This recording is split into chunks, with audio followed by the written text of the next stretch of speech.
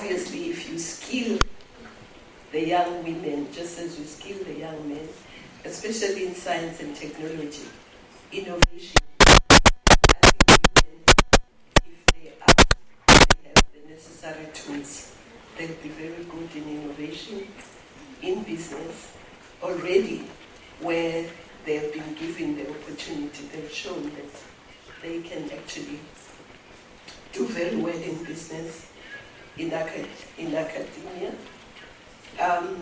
because they also have a special role because they also socialize young people.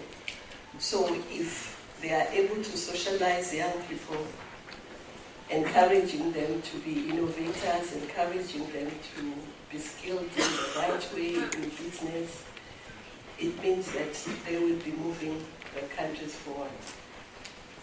So I think women, basically what I'm saying, needs to be in all areas of human endeavor.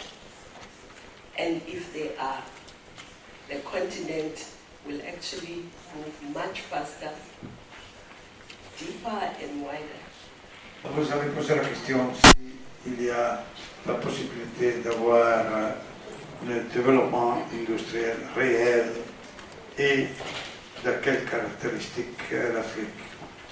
Alors, je pense que oui, pour des raisons scientifiques.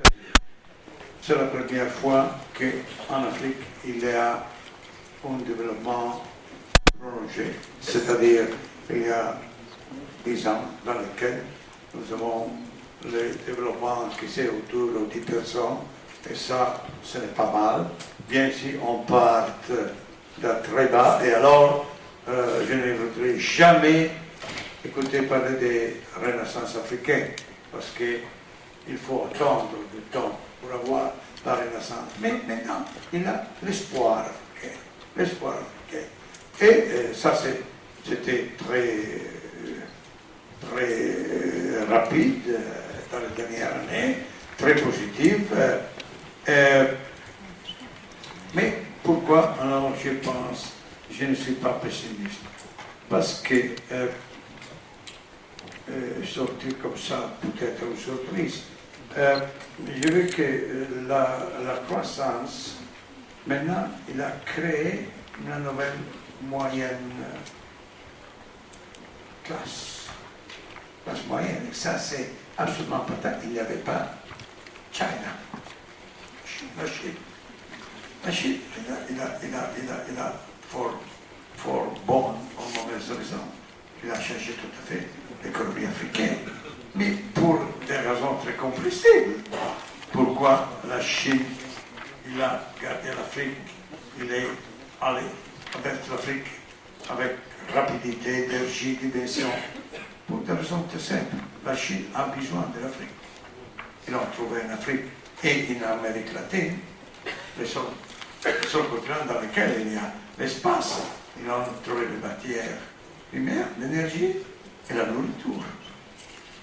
Et ce n'est pas la même chose pour les États-Unis ou pour l'Europe.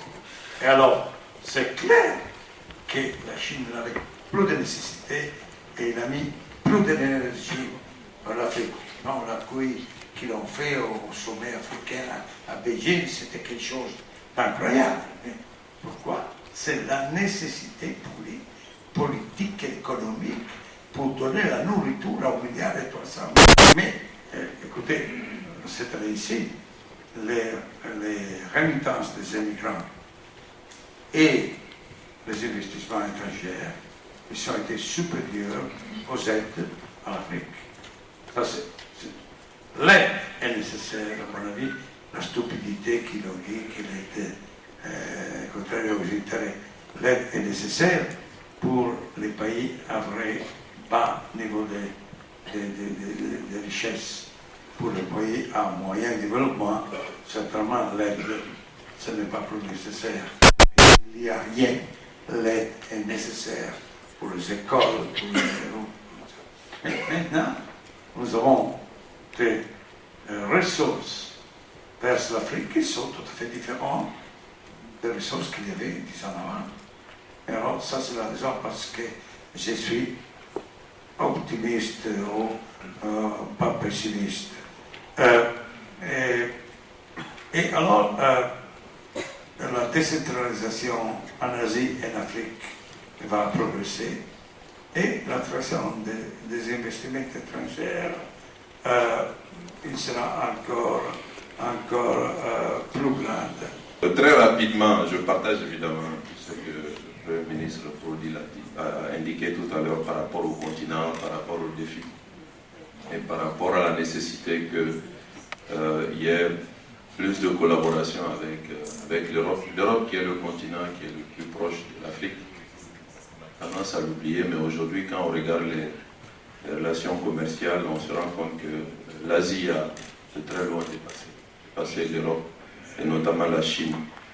Mais pour revenir à l'objet de ma présentation, d'abord notre zone, c'est-à-dire l'Afrique de l'Ouest, ses enjeux et ses défis, et ensuite le processus de stabilisation de notre pays, le Mali, en rapport avec partenariats nécessaires, ou les partenariats nécessaires que notre pays doit développer pour non seulement se sortir de crise et puis se projeter dans l'avenir. Et dans ce partenariat, il y a des perspectives de collaboration avec tous ces deux. Je vais m'orienter sur ces deux éléments principalement.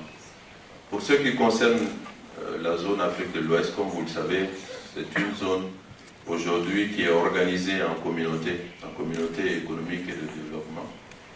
Communauté qui est intitulée CEDEAO, en anglais ECOWAS.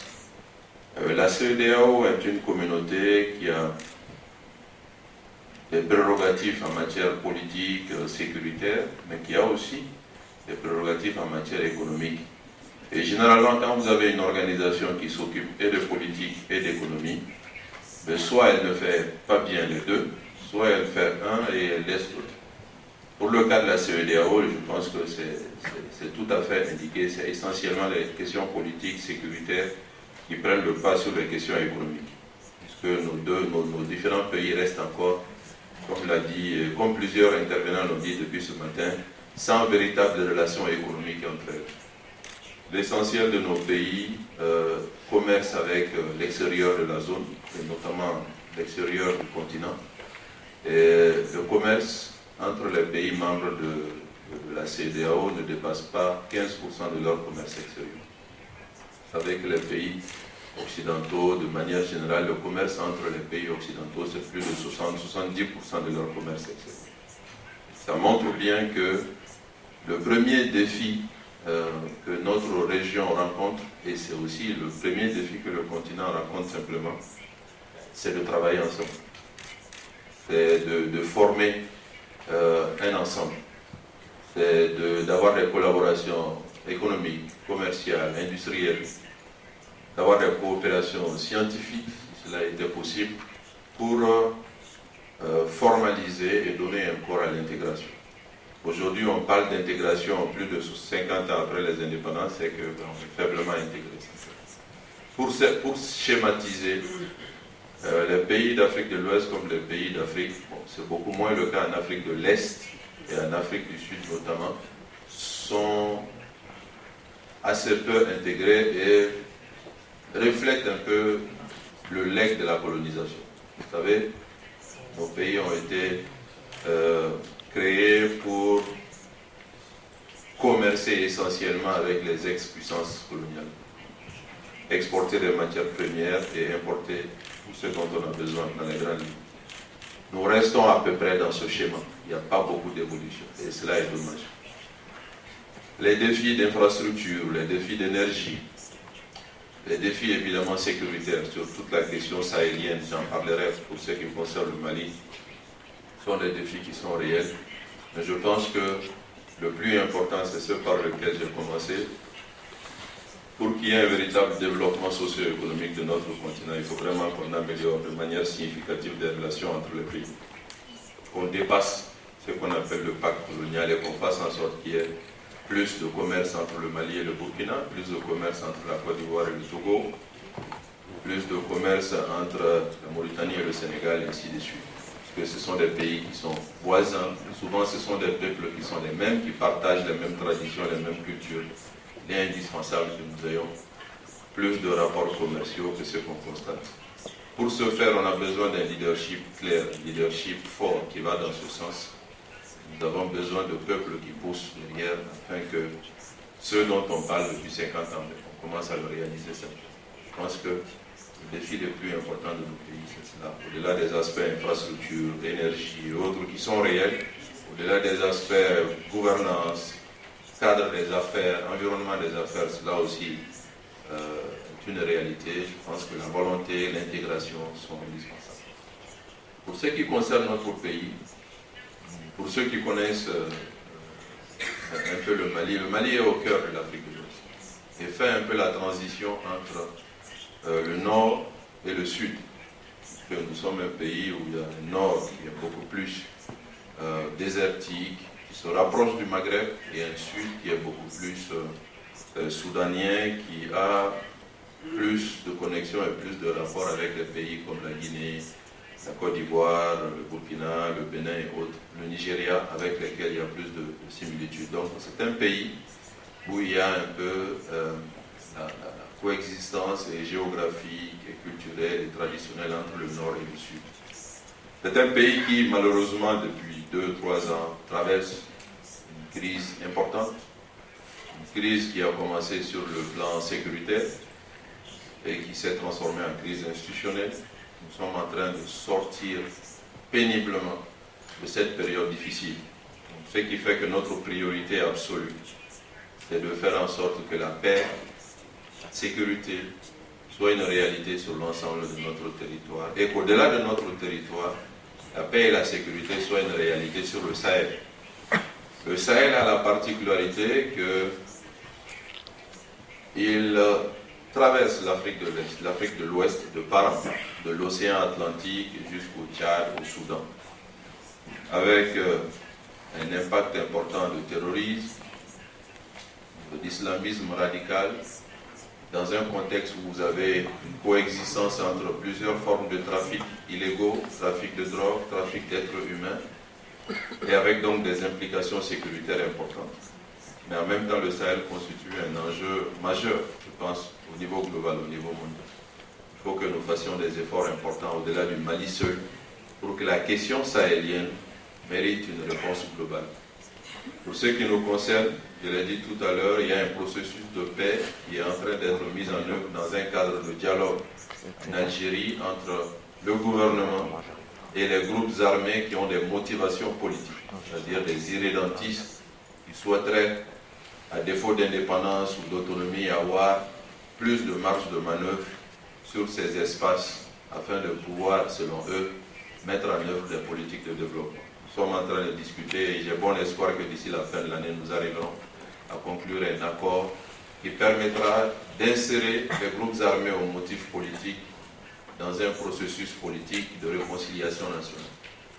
L'autre aspect de la crise, elle est liée à la présence de groupes terroristes déterminés et importants. Nous parlons notamment de Al-Qaïda au Maghreb islamique, mais vous avez aussi, avec Al-Qaïda au Maghreb islamique, tout ce que l'international terroriste connaît comme franchise, Boko Haram et d'autres formes, et d'autres groupes plus ou moins liés à Al-Qaïda ou plus ou moins distincts de Al-Qaïda. Cette question, notre pays, nous la situons, comme je l'ai dit tout à l'heure, sur un plan global.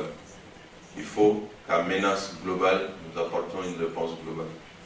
Je l'ai dit il y a 2 semaines dans un forum, autant nous sommes capables de réunir la planète il y a quelques jours à New York sur les enjeux climatiques, autant nous devons être capables de réunir la planète sur les enjeux terroristes. Et je l'ai dit ce matin, si le climat est en mesure d'ici 40 ans d'augmenter la température de la Terre de 2 degrés, le terrorisme d'ici 2 ans augmente la température de la Terre de 100 degrés si on ne fait pas attention. Il faut vraiment que nous apportons une réponse globale à la question terroriste. Et cette réponse globale ne peut pas être seulement, ne doit pas être seulement armée. Elle doit aussi emprunter les voies de l'éducation, de la sensibilisation et de la promotion des valeurs de la religion islamique qui est une religion de paix.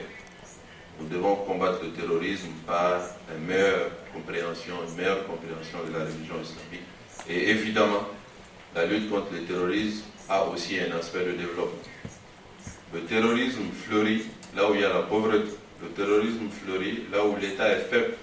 Le terrorisme fleurit là où les frontières sont mal maîtrisées, sont mal contrôlées. Donc faisons en sorte que le développement, les infrastructures, l'énergie, la possibilité pour les jeunes de pouvoir avoir des emplois puissent leur offrir des alternatives aux aventures dans les groupes terroristes et autres. Nous avons souhaité cela, nous l'avons présenté aux différents partenaires de notre pays et donc nous nous inscrivons dans ce cadre-là. Pour ce qui concerne notre pays, toujours, au-delà des questions du Nord qui portent sur une partie du territoire, nous avons de manière générale des questions de développement. Nous avons insisté sur l'énergie, nous avons insisté sur l'infrastructure, nous avons insisté sur la qualité des ressources.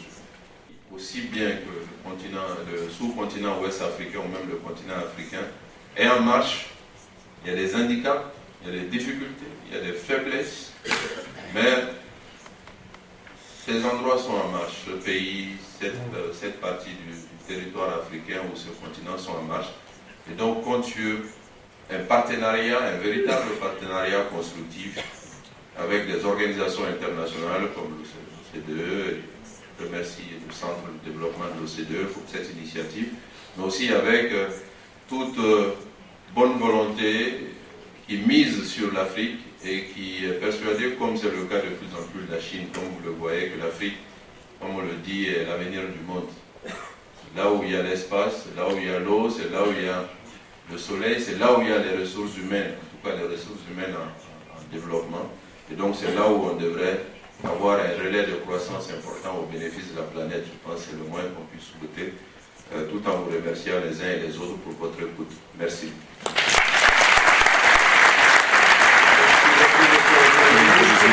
Merci beaucoup, monsieur Lam, pour rester avec nous toute la journée à discuter. Le rendez-vous au prochain année. Merci.